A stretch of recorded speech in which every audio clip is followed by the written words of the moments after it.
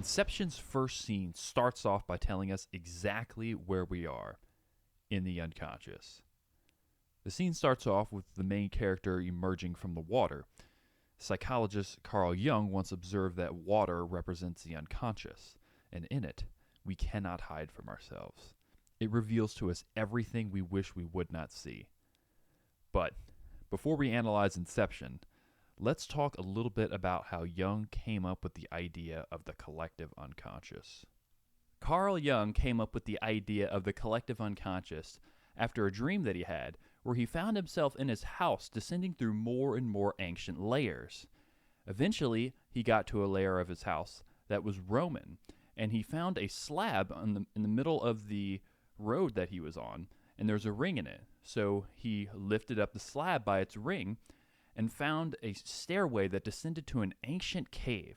Now, in this cave, there was ancient pottery and things from some ancient civilization, and he also saw two human skulls. Now, when he looked at these skulls, he immediately woke up. And this dream set into motion the series of events that would eventually lead to Carl Jung breaking from his mentor, Sigmund Freud. But why exactly would a dream result in the ending of a friendship? Well, Jung began to see similarities in the dreams of schizophrenics when he worked at a psychiatric hospital in Switzerland from 1900 to 1909. Jung's strange dream came in 1909 and helped to crystallize the symbolic patterns he was observing in dreams. He also began to notice that patients who had no contact with certain religions and myths and symbols were nevertheless describing to him these exact patterns in their dreams from these other cultures. Freud knew of these similarities in these dreams, but he thought nothing of it. He actually even called them archaic remnants. This is where he and Jung disagreed. Now, Freud was super anti-religion, so Jung hesitated to point out these similarities to him and to investigate it much further when he was under the wing of Freud. For Jung, these symbols confirmed the existence of a layer of mankind that shared common images, symbols, and ideas. It's important to distinguish between the personal unconscious and the collective unconscious. So, for Jung, the personal unconscious contains contents that for us were once in consciousness and are unique to us specifically. But the collective unconscious contains contents that are shared between all of us. With Inception, you can think of the dreams as being the personal unconscious and the symbols within them as being representations of the collective unconscious thrust into the personal unconscious. So, things that are in the collective unconscious, when expressed in the personal unconscious, take their own unique form. The symbols inhabiting the collective unconscious appeared to be mostly religious in nature. Once Jung realized that we share so many religious ideas and symbols, he began to investigate the world's major religions.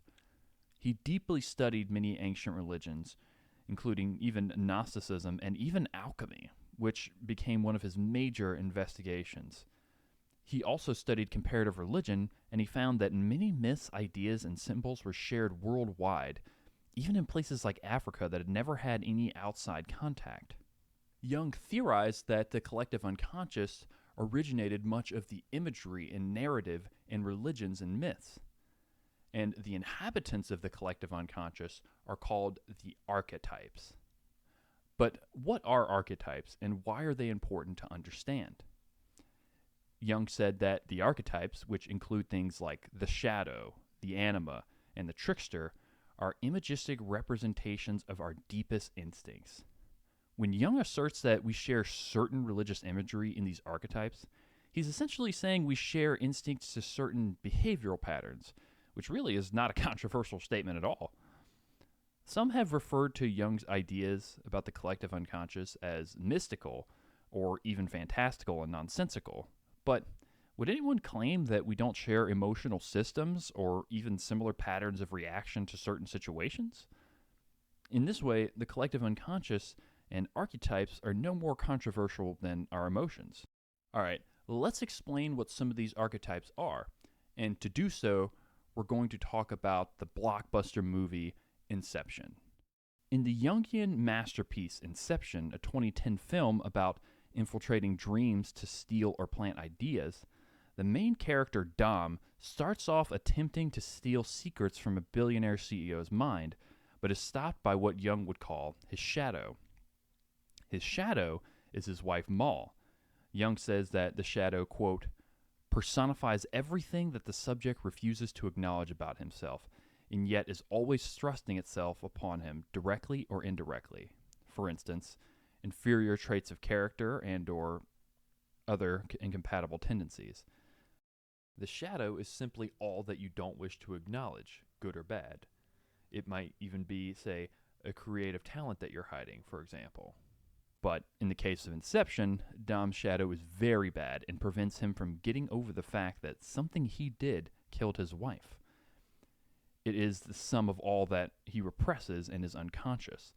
The shadow archetype also appears in figures like Satan, who Jung describes as the shadow of the entire collective unconscious.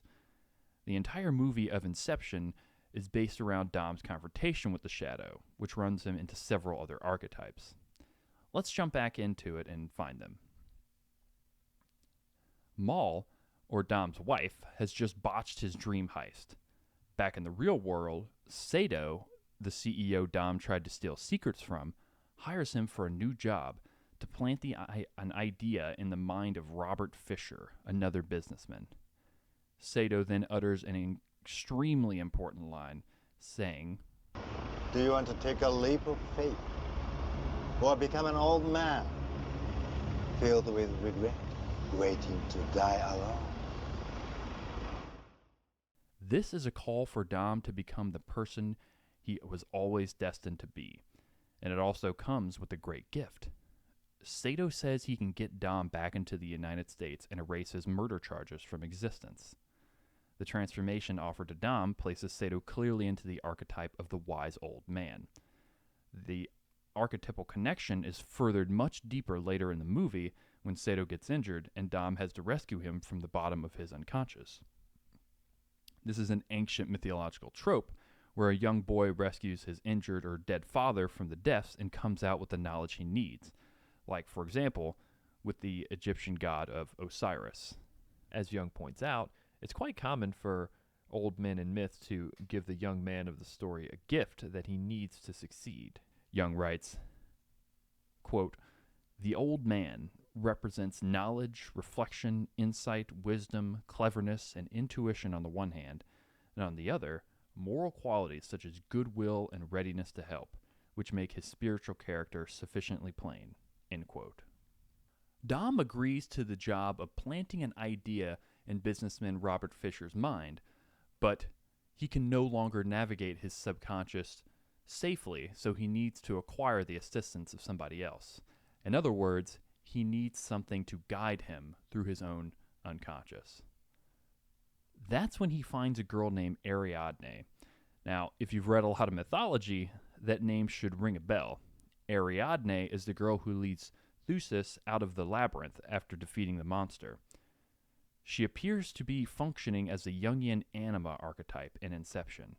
The anima is a complex archetype that draws man forward and reveals to him his soft side.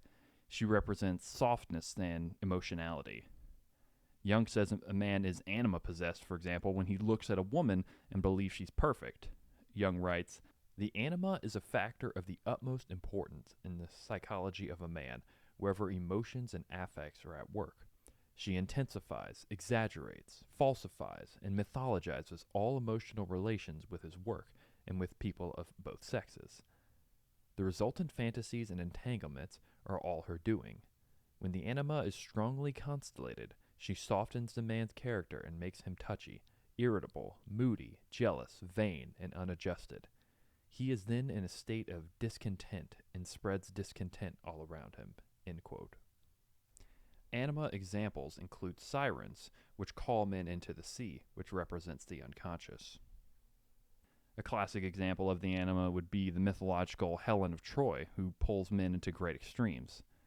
Inception ends with Dom confronting his shadow and ultimately following Ariadne down into the depths of his unconscious, where he addressed all the things that he's left unaddressed.